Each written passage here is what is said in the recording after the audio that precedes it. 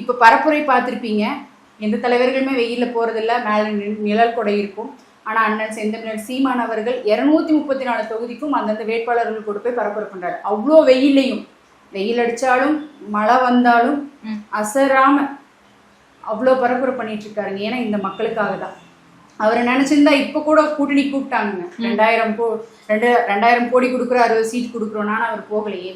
அவர் நினைச்சிருந்தா போயிருக்கலாம். இவங்க நம்மளை ஓட்டு போடவே மாட்டேங்கிறாங்க, 15 வருஷமா தோக்கடிச்சிட்டே இருக்காங்க, நம்ம காசை வாங்கிட்டு நம்ம குடும்பத்தோட சந்தோஷமா இருக்கலாம்னு அவர் நினைச்சுக்கலாம். ஆனால் அவர் அப்படி நினைக்கிறீங்களே. மக்களுக்காக தான் இப்போ இருக்காரு. ஓகே, ஓட்டு போட்டா போடுங்க, போடாட்டி போங்க, நான் உங்க கூட தான் இருப்பேன் இப்போ வரைக்கும் சொல்றாரு. அப்படி தனியா நின்று வாக்கு பிரிக்கிறது கூட ஒரு ஸ்ட்ராட்டஜி தான் அப்படின்னு சொல்றாங்களே.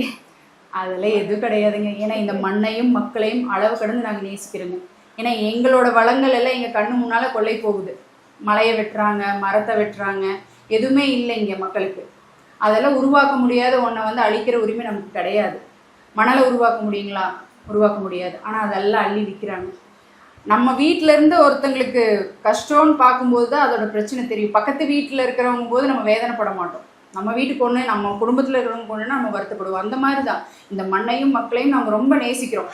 அதுங்காட்டி தான் அவங்களுக்கு புரிதல் வைக்கிறோம். அவங்க வந்து இங்கே இருக்கிற வளங்களை திருடி அவங்களோட அடுத்த தலைமுறை 10 தலைமுறைக்கு மேலே அவங்க உட்காந்து சாப்பிட்ற அளவுக்கு சொத்து சேர்த்து வச்சுட்டாங்க. அவங்க இங்கே இருக்கிற வளங்கள் எல்லாம் பணமாக தான் பார்க்குறாங்க. மக்களோட வாழ்க்கைக்கானவர்கள் அவர்கள் கிடையவே கிடையாது. அதுதான் நாங்கள் மக்கள்கிட்ட ஒவ்வொரு முறையும் புரிதல் பண்ணிகிட்ருக்கோம். இந்த முறை அவங்களுக்கு நல்லாவே மாற்றம் இருக்குங்க. ஏன்னா கண்டிப்பாக அவங்களே சொல்கிறாங்க, போகிற பக்கம் ஒரு மாற்றம் வேணும், இந்த முறை கண்டிப்பாக உங்களுக்கு வாக்கு செலுத்துகிறோம் அப்படிங்கிறாங்க.